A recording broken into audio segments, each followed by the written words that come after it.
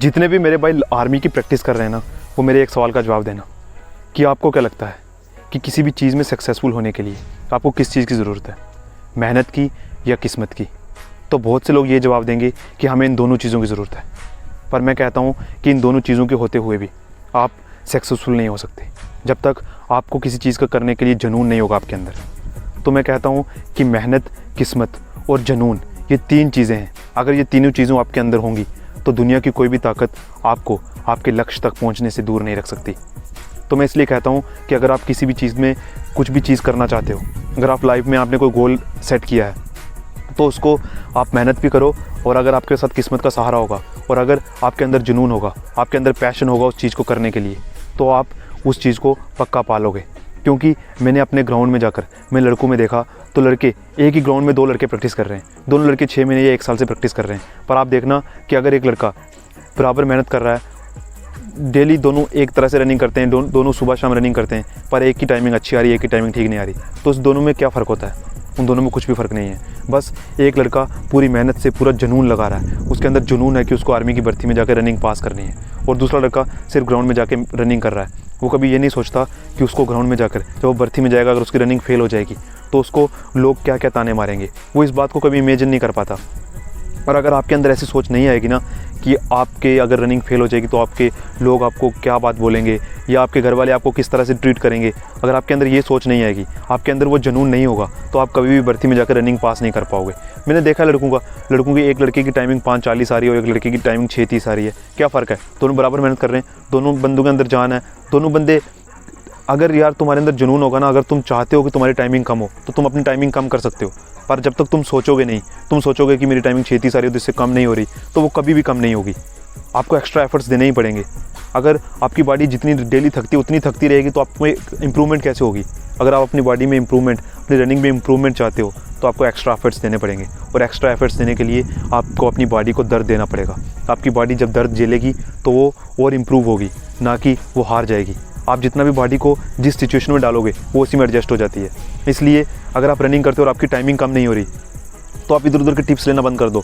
बस अपने अंदर जुनून लाओ, अपने अंदर वो जोश लाओ कि तुम कर सकते हो, तुम अपनी टाइमिंग को कम कर सकते हो। ये सोच अगर तुम अपने अंदर एक बार लेकर आ जाओगे तो मेरा विश्वास है कि तुम्हारी टाइमिंग ज़रूर कम हो जाएगी।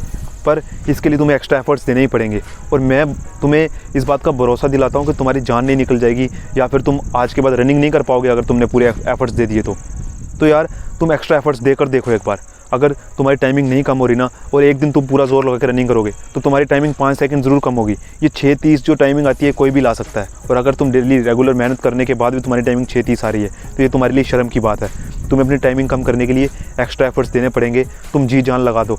अगर फिर भी तुम्हारी रनिंग की टाइमिंग कम नहीं होगी ना, तुम मुझे बताना।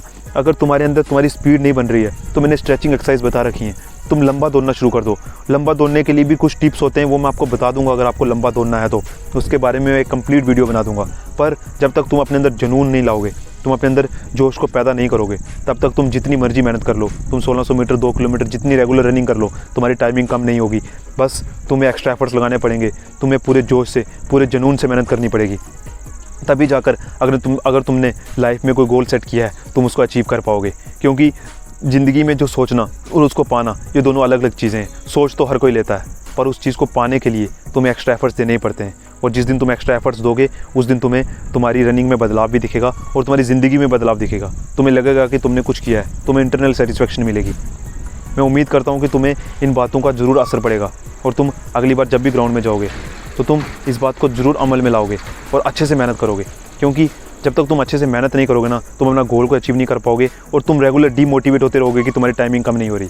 इसलिए अगर जब भी ग्राउंड में जाते हो तो यार पूरा जोर लगा दो, पूरी मेहनत से तुम प्रैक्टिस करो। क्योंकि दिन में 1 बार या 2 बार ही तुम ग्राउंड में प्रैक्टिस करने जाते हो, और अगर तुम उस वक्त 4-5 मिनट पूरे एक्स्ट्रा एफर्ट्स दोगे अपने, तो तुम्हें ज़रूर कुछ ना कुछ बदलाव अपने अंदर दिखाई देगा। नहीं तो तुम रोज़ यही सोच के कि तुम आज उस लड़के से पीछे रहे हो, कल भी उस लड़के से पीछे रहे हो, ये सोच के तुम डीमोटिवेट हो जाओगे, और एक दिन तुम रनिंग करना बंद कर दोगे। और एक बात का हमेशा ध्यान रखना कि रनिंग करके तुम सीधा घर चले जाओगे तो उससे तुम्हें कोई फ़ायदा नहीं होने वाला। तुम्हें स्ट्रेचिंग एक्सरसाइजेस और कंप्लीट एक्सरसाइजेस करनी पड़ेंगी। उन एक्सरसाइजेस के अगर तुम बारे में जानना चाहते हो तो कमेंट सेक्शन में ज़रूर बताना। मैं तुम्हें सारी एक्सरसाइज बताऊंगा कि रनिंग के बाद तुम्हें कौन सी एक्सरसाइज करनी है जिससे तुम्हें दूसरे दिन फ़ायदा भी होगा और तुम्हारी रनिंग की स्पीड भी बढ़ेगी। तो आज के वीडियो में बस इतना ही था।